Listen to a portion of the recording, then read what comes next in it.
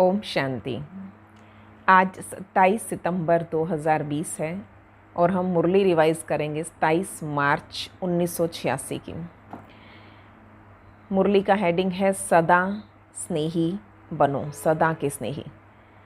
बाबा ने आज 3 प्रकार के स्नेही बच्चों का विवरण दिया है, वर्णन किया है कि एक सदा के स्नेही होते हैं, एक स्नेही हैं और एक समय प्रमाण स्नेही हैं। जब टाइम आता है तो बाबा बहुत अच्छे से याद करेंगे, योग लगाएंगे तो समय प्रमाण स्नेही भी होते हैं। तो तीनों की विशेषताएं, सदा के स्नेही कैसे होते हैं और हमें सदा के स्नेही बनना है, उसके लिए आज ध्यान से मुरली सुने। आज स्नेह का सागर बाप अपने स्नेही बच्चों से मिलने के लिए आए हैं। ये रूहानी स्नेह हर बच्चे को सहज योगी बना देता है। अब विशेषताएं, पहली विशेषता, सिर्फ स्नेह से हम बन जाते हैं सहज योगी। दूसरा, ये स्नेह सारे पुराने संसार को सहज भुलाने का साधन है। यह स्नेह हर आत्मा को बाप का बनाने में एकमात्र शक्तिशाली साधन है। चौथा, स्नेह ब्राह्मण जीवन का फाउंडेशन है। पांचवा, स्नेह शक्तिशाली जीवन बनाने का और पालना का आधार है। सिक्स्थ है, सभी जो श्रेष्ठ आत्माएं बाप के पास सम्मुख पहुंची हैं, उन सभी के पहुंचने का आधार भी स्नेह है। सातवां, स्नेह के पंखों से उड़ते हुए आके मधुबन निवासी बनते हैं। बाप दादा सर्व स्नेही बच्चों को देख रहे थे कि स्नेही तो सब बच्चे हैं, लेकिन अंतर क्या है, नंबर वार क्यों बनते हैं। कारण, स्नेही सभी हैं, लेकिन कोई है सदा स्नेही और कोई है स्नेही और तीसरे हैं समय प्रमाण स्नेही, स्नेह निभाने वाले। बाप दादा ने 3 प्रकार के स्नेही देखे। अब पहले सदा के स्नेही बच्चों की विशेषता। जो सदा स्नेही है वो लवलीन होने के कारण मेहनत और मुश्किल से सदा ऊंचे रहते हैं। ना मेहनत करनी पड़ती है, ना मुश्किल का अनुभव होता, क्योंकि सदा स्नेही होने के कारण उन्हों के आगे प्रकृति व माया दोनों अभी से दासी बन जाती है। अर्थात सदा स्नेही आत्मा मालिक बन जाती है तो प्रकृति और माया स्वतः ही दासी रूप में आ जाती। प्रकृति माया की हिम्मत नहीं जो सदा स्नेही का समय व संकल्प अपनी तरफ लगावे। सदा स्नेही आत्माओं का हर समय हर संकल्प है ही बाप की याद और बाप की सेवा प्रति। इसलिए प्रकृति और माया भी जानती है कि ये सदा स्नेही बच्चे संकल्प से भी कभी हमारे अधीन नहीं हो सकते। ये प्रकृति और माया को समझ आ चुकी है कि ये जो स्नेह में डूबे हुए हैं, ये संकल्प में भी हमारे से अधीन नहीं होंगे, हमारे अधीन। सर्व शक्तियों की अधिकारी आत्माएं हैं। सदा स्नेही आत्मा की स्थिति का गायन। एक बाप, दूसरा ना कोई, बाप ही संसार है। ये है विशेषता सदा स्नेही की। अब दूसरे प्रकार के बच्चे, स्नेही आत्माएं। स्नेह में रहती जरूर है, लेकिन सदा ना होने के कारण कभी कभी मन के संकल्प द्वारा भी कहाँ और तरफ स्नेह जाता है।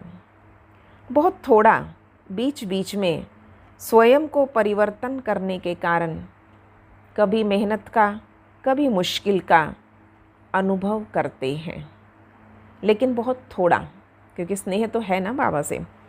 जब भी कोई प्रकृति व माया का सूक्ष्म वार हो जाता है, जो सदा स्नेही है उस पर तो होता ही नहीं। प्रकृति माया जानती है मेरे अधीन होंगे ही नहीं। अब ये दूसरे जो स्नेही बच्चे हैं इन पे कभी कभी प्रकृति या माया का सूक्ष्म वार हो जाता है तो उसी समय स्नेह के कारण याद जल्दी आ जाती है। तो याद की शक्ति से अपने को बहुत जल्दी परिवर्तन भी कर लेते हैं, लेकिन थोड़ा सा समय और फिर संकल्प मुश्किल या मेहनत में लग जाता है। कभी कभी स्नेह साधारण हो जाता है, कभी कभी स्नेह में लवलीन रहते हैं। स्टेज में फ़र्क पड़ता है, लेकिन फिर भी ज़्यादा समय या संकल्प व्यर्थ नहीं जाता।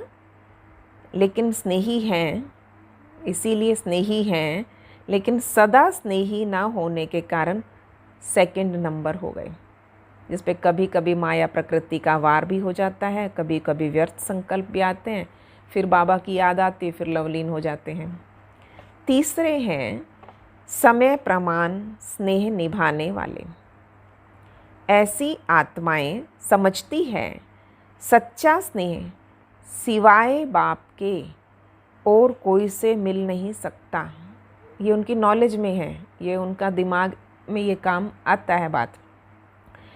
यही रूहानी स्नेह सदा के लिए श्रेष्ठ बनाने वाला है। ज्ञान अर्थात पूरी समझ है। यही स्नेही जीवन प्रिय भी लगती है, लेकिन कोई अपने देह के लगाव के संस्कार या कोई की विशेष पुराना संस्कार या किसी व्यक्ति वस्तु के संस्कार या व्यर्थ संकल्पों के संस्कारवश कंट्रोलिंग पावर ना होने के कारण व्यर्थ संकल्पों का बोझ है, या संगठन की शक्ति की कमी होने के कारण संगठन में सफल नहीं हो सकते।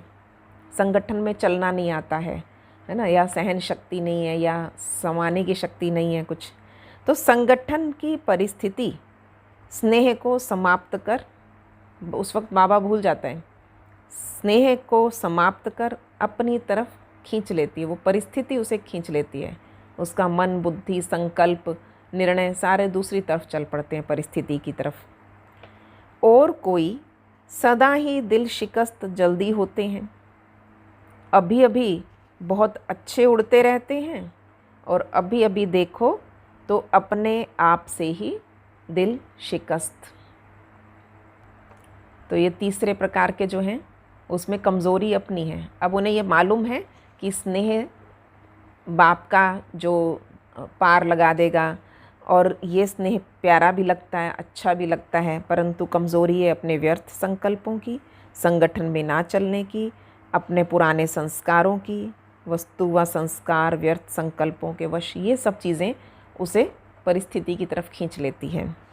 ये स्वयं से दिल शिकस्त होने का संस्कार भी सदा स्नेही बनने नहीं देता। किसी ना किसी प्रकार का संस्कार परिस्थिति की तरफ, प्रकृति की तरफ आकर्षित कर देता है, और जब हलचल में आ जाते हैं तो स्नेह का अनुभव होने के कारण, स्नेही जीवन प्रिय लगने के कारण फिर बाप की याद आ जाती है, क्योंकि समझ है, ज्ञान है, और ये स्नेही जीवन अच्छा लगता है। फिर ले देकर हलचल से दुखी होके परेशान होके भी किसकी याद आई? बाबा। प्रयत्न करते हैं अभी फिर से बाप के स्नेह में समा जाएं, तो समय प्रमाण परिस्थिति प्रमाण हलचल में आने के कारण कभी याद करते हैं और कभी युद्ध करते हैं, कभी याद करते हैं और कभी युद्ध करते हैं। युद्ध की जीवन ज़्यादा होती है और स्नेह में समाने की जीवन उसके अंतर में कम होती है, इसलिए तीसरा नंबर। फिर भी बाबा को फिर भी गर्व है, फिर भी विश्व की सर्व आत्माओं से ये तीसरा नंबर भी अति श्रेष्ठ कहेंगे, क्योंकि बाप को पहचाना, बाप के बने, ब्राह्मण परिवार के बने। बाबा कहते फिर भी बहुत अच्छे हैं दुनिया वालों से, ऊंचे ते ऊंच ब्राह्मण आत्माएं ब्रह्मा कुमार ब्रह्मा कुमारी कहलाए, इसलिए दुनिया के अंतर में वो भी श्रेष्ठ आत्माएं हैं। बाबा उसे 3rd नंबर पे ले रहा है, पर बाबा कहते हैं दुनिया के कंपैरेटिवली बहुत अच्छी आत्माएं हैं ये, क्योंकि भगवान को पहचाना है, सच्चे स्नेह को पहचाना है। लेकिन संपूर्णता के अंतर में 3रा नंबर है। तो स्नेही सभी हैं, लेकिन नंबरवार। नंबर 1 सदा स्नेही, सदा कमल पुष्प समान न्यारी और बाप की अति प्यारी। अब टाइटल दे रहे हैं बाबा, सदा स्नेही कैसे हैं? कमल पुष्प समान सदा न्यारी और बाप की अति प्यारी। स्नेही आत्माएं जो 2nd नंबर वाली हैं, न्यारी हैं, प्यारी भी हैं, लेकिन बाप समान शक्तिशाली विजयी नहीं है, लवलीन नहीं है, लेकिन स्नेही है। उन्हों का विशेष यही स्लोगन है। जो सदा स्नेही है उनका स्लोगन क्या होता है? एक बाप दूसरा ना कोई, सदा न्यारी प्यारी और बाप समान शक्तिशाली। अच्छा, दूसरा जो स्नेही है उनका स्लोगन है तुम्हारे हैं तुम्हारे ही रहेंगे। तो सदा ये गीत गाते रहते हैं, फिर भी स्नेह है, इसलिए 80% सेफ रहते हैं। लेकिन फिर भी कभी कभी शब्द तो आ जाता है, कभी कभी परिस्थितिवश, कभी कभी मायावश, कभी कभी प्रकृति के अधीन, तो ये कभी कभी शब्द आ जाता है, सदा शब्द नहीं आता।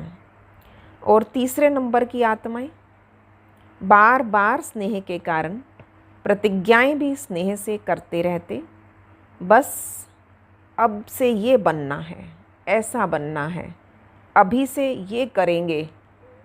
मन में बड़े अंदर से उमंग तरंग जागती है, प्रतिज्ञा करेंगे, बाबा के सामने बैठ के संकल्प करेंगे, बस अब से ऐसा बनेंगे। क्योंकि अंतर तो जानते हैं ना कि इस जीवन में और ऐसा जीवन बना लें तो कितना अच्छा होगा, अंतर तो जानते हैं। प्रतिज्ञा भी करते हैं, पुरुषार्थ भी करते, लेकिन कोई ना कोई विशेष पुराना संस्कार लगन में मगन रहने नहीं देता, विघ्न मगन अवस्था से नीचे ले आते हैं। इसलिए सदा शब्द नहीं आ सकता, सदा लवलीन नहीं है। लेकिन कभी कैसे होने के कारण कोई ना कोई विशेष कमज़ोरी रह जाती है। ऐसी आत्माएं बाप दादा के आगे रूह रिहान भी बहुत मीठी करती हैं, बड़े प्यार से। स्नेही आत्मा है ना, तो बड़ी मीठी मीठी बातें करेंगी। सदा स्नेही में तो है नहीं, तो कभी कभी तो परिस्थितिवश हो रही हैं, बड़ी मीठी बातें और हुज्जत दिखाते हैं, अधिकार दिखाते हैं बाबा पे। कहते हैं डायरेक्शन तो आपके हैं, लेकिन हमारी तरफ से करो भी आप। ये बाबा आपकी श्रीमत है, पर बाबा आप ही जानो, बाबा आप ही करो, यानी करो आप और पावे हम। बाबा कहते हुज्जत से, स्नेह से कहते हैं, जब आपने अपना बनाया है तो बाबा आप ही जानो। बाप कहते हैं बाप तो जाने, लेकिन बच्चे माने तो सही। ठीक है, बाबा जानता है ना, जो भी कहेगा, जो जिम्मेवारी देगा, लेकिन बच्चे माने तो सही। लेकिन बच्चे हुज्जत से यही कहते हैं, हम माने ना माने आपको मानना ही पड़ेगा। ये देखो, स्नेह में भगवान को भी अपना किस तरह से अपनी बातें मनवाते हैं। हुज्जत से कहते हैं, हम माने ना माने आपको मानना ही पड़ेगा। तो बाप को फिर भी बच्चों पे रहम आता है तो ब्राह्मण बच्चे, इसलिए स्वयं भी निमित्त बनी आत्माओं द्वारा विशेष शक्ति देते हैं, है ना। बाबा निमित्त आत्माएं जहाँ जहाँ रखी हैं तो ऐसी आत्माओं की पालना कर देते हैं। लेकिन कोई शक्ति लेकर बदल भी जाते हैं, यानी ताकत आ भी जाती है कईयों में, और कोई शक्ति मिलते हुए भी अपने संस्कारों में मस्त होने के कारण शक्ति को धारण नहीं कर सकते। जैसे कोई ताकत की चीज़ खिलाओ, किसी को ताकत की चीज़ खिलाओ और वो खावे ही नहीं तो क्या करें फिर। बाबा तो ऑफर सब कुछ कर रहे हैं ना।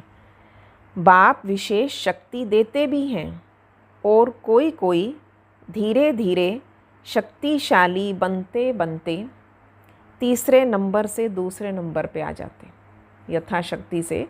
जो समय प्रमाण कह रहे थे स्नेही, पर अब दूसरी कैटेगरी में, स्नेही वाली कैटेगरी में आ गए। लेकिन कोई कोई बहुत अलबेले होने के कारण जितना लेना चाहिए उतना नहीं ले सकते। तीनों प्रकार के स्नेही बच्चे हैं। टाइटल सभी का स्नेही बच्चे है, लेकिन नंबरवार है। आज जर्मनी वालों का टर्न है और सारा ही ग्रुप, बाबा वो तो उमंग दिलाता है, बड़ी शाबाशी देते हैं।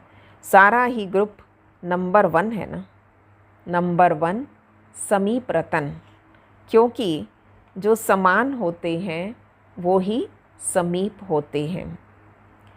शरीर से भले कितना भी दूर हो, लेकिन दिल से इतने नज़दीक हैं जो रहते ही दिल में हैं।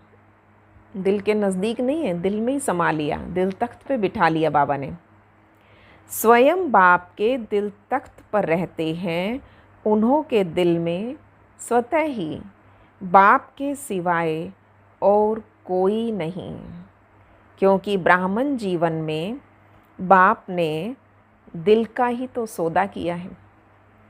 दिल ली और दिल दी, दिल का सौदा किया है ना।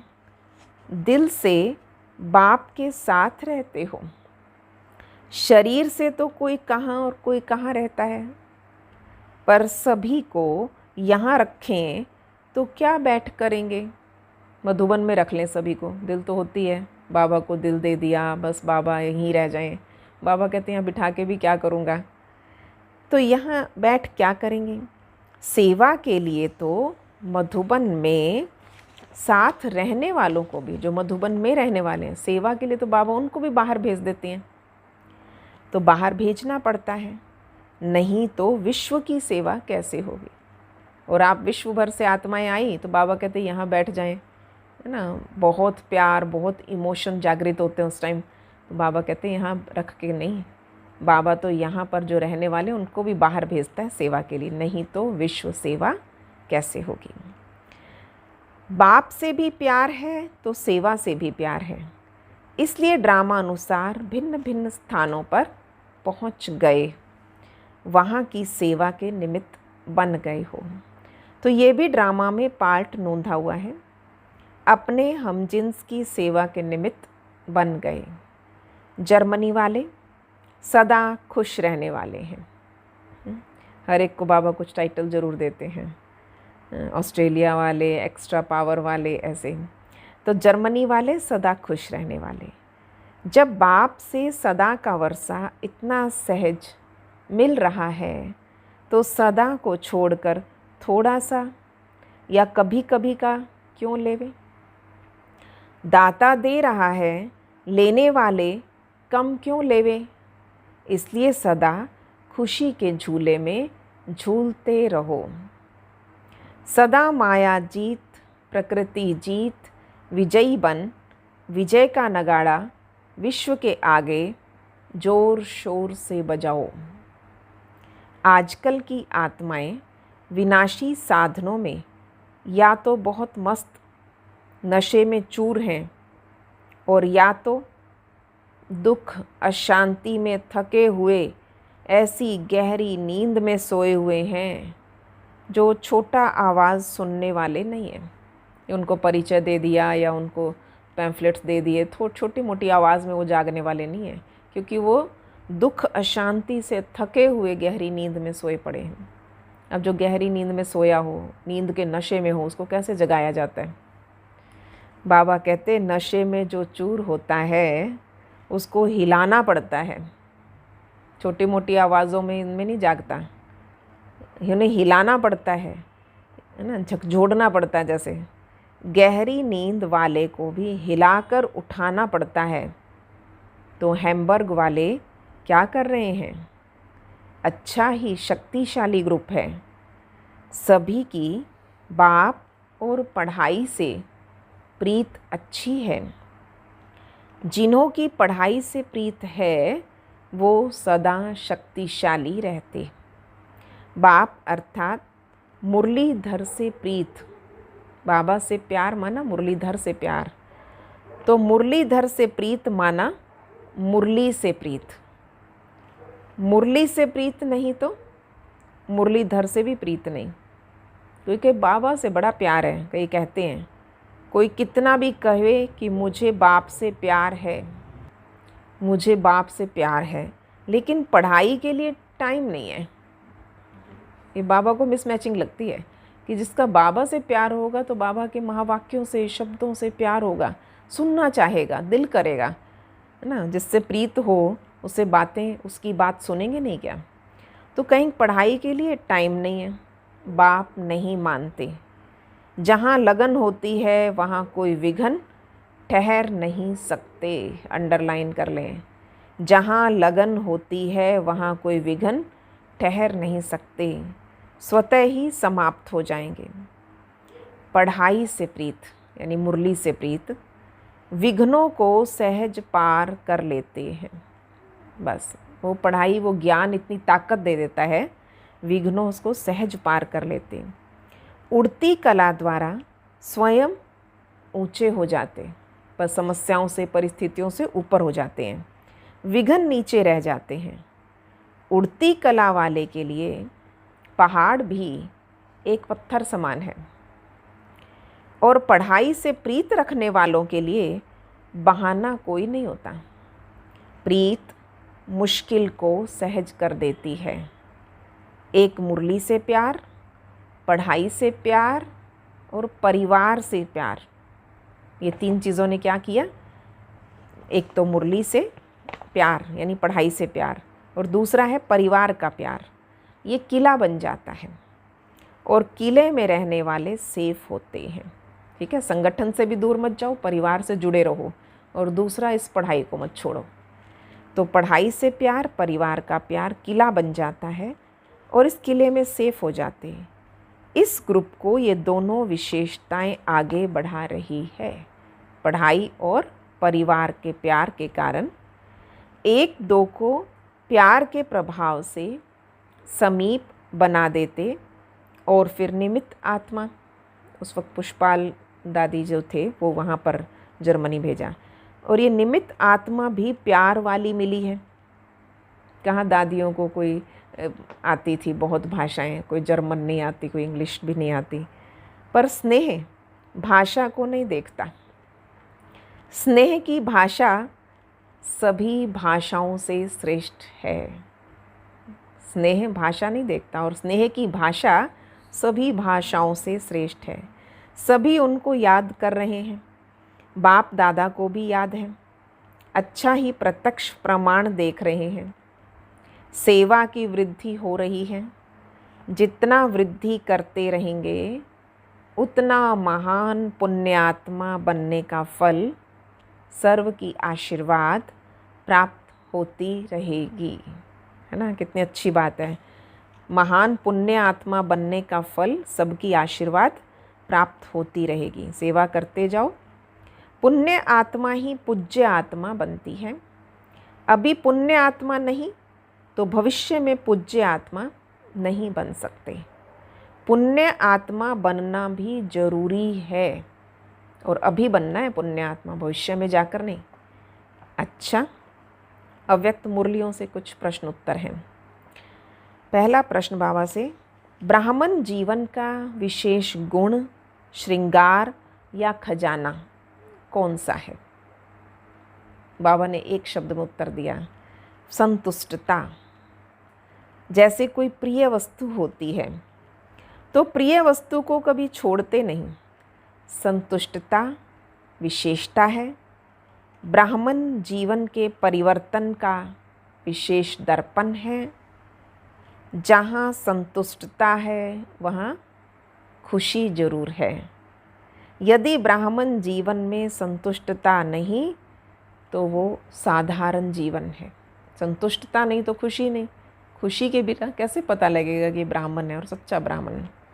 तो ये विशेष गुण श्रृंगार और खजाना है हमारा संतुष्टता। संतुष्टता से क्या गुण आता है? प्रसन्नता, खुशी मिलती है।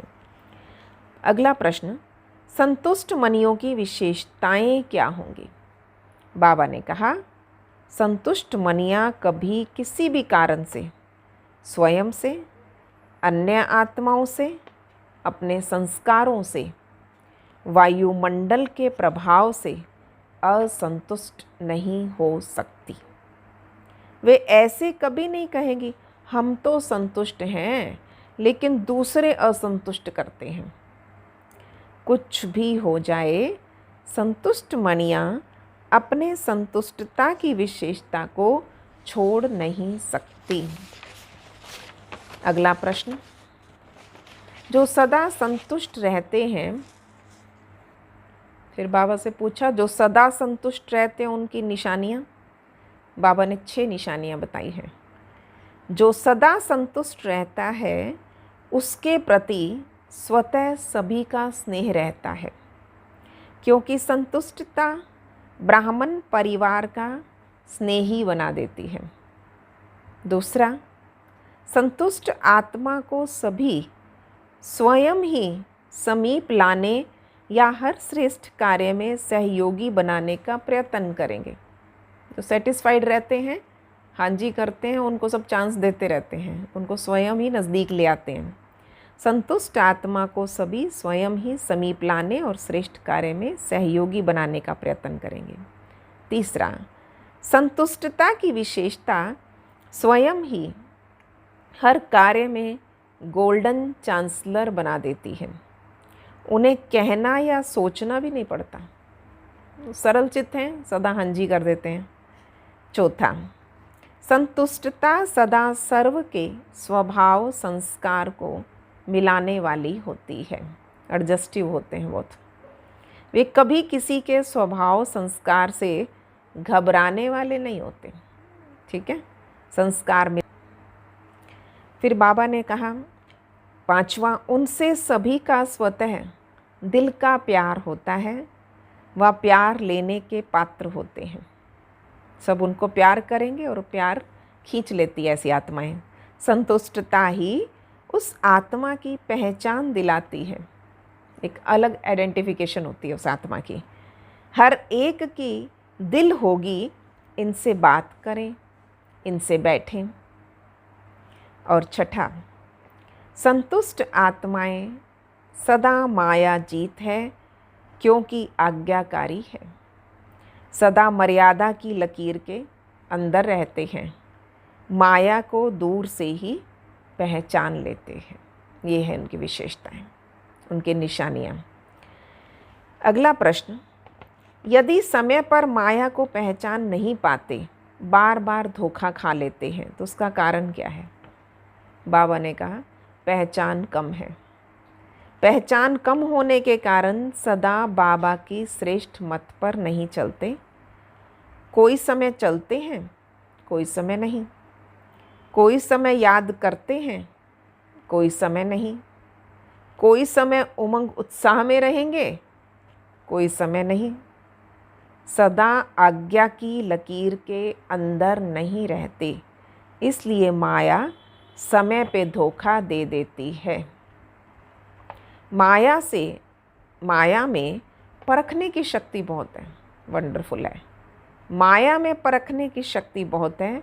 माया देखती है इस समय ये कमज़ोर है, तो उस कमज़ोरी द्वारा अपना बना देती। माया के आने का रास्ता है कमज़ोरी, बस जो कमज़ोरी देखेंगे माया वहीं से प्रवेश हो जाती है। उसको कोई खिड़की, कोई रोशनदान बस मिलना चाहिए कमज़ोरी वाला। प्रश्न है लास्ट, बाबा से पूछा, माया जीत बनने का सहज साधन कौन सा है? बाबा ने कहा, सदा बाप के साथ रहो। सबसे सहज साधन क्या है? बस बाबा के साथ रहो। साथ रहना अर्थात स्वतः मर्यादाओं की लकीर के अंदर रहना। फिर एक एक विकार के पीछे विजयी बनने की मेहनत करने से छूट जाएंगे। साथ रहो तो जैसा बाप वैसे आप। संग का रंग स्वतः ही लग जाएगा। इसलिए इसीलिए बीज को छोड़कर सिर्फ शाखाओं को काटने की मेहनत नहीं करो। आज काम जीत बन गए, कल क्रोध जीत बन गए, नहीं, सदा विजयी। सिर्फ बीज रूप को साथ रखो तो माया का बीज ऐसे भस्म हो जाएगा जो फिर कभी भी उस बीज का अंश भी नहीं निकल सकता। अच्छा, मीठे मीठे सिकी लधे बच्चों प्रति माता पिता बाप दादा का याद, प्यार और गुड मॉर्निंग। रूहानी बाप की रूहानी बच्चों को नमस्ते। हम रूहानी बच्चों की रूहानी बाप दादा को नमस्ते जी, गुड मॉर्निंग बाबा, शुक्रिया बाबा, वाह बाबा। आज बाबा ने वरदान दे दिया है विश्व कल्याणकारी। हर आत्मा को हिम्मत उल्लास दिलाने वाले रहमदिल विश्व कल्याणकारी भव। कभी भी ब्राह्मण परिवार में किसी कमज़ोर आत्मा को तुम कमज़ोर हो ऐसे नहीं कहना। आप रहमदिल विश्व कल्याणकारी बच्चों के मुख से सदैव हर आत्मा के प्रति शुभ बोल निकलने चाहिए। दिल शिकस्त बनाने वाले नहीं। चाहे कोई कितना भी कमज़ोर हो पर उसे इशारा या शिक्षा भी देनी हो तो पहले समर्थ बना के फिर शिक्षा दो। पहले उसको स्वमान में टिका दो, पहले उसे शक्ति भरो। पहले धरनी पर हिम्मत उल्लास का हल चलाओ, फिर बीज डालो। यानी शिक्षा देनी है, बीज डालना है, तो पहले हिम्मत दिलाओ, फिर सहज हर बीज का फल निकलेगा। इससे विश्व कल्याण की सेवा तीव्र हो जाएगी।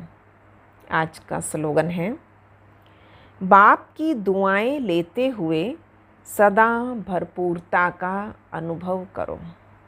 बाप की दुआएं लेते हुए सदा भरपूरता का अनुभव करो। ओम शांति।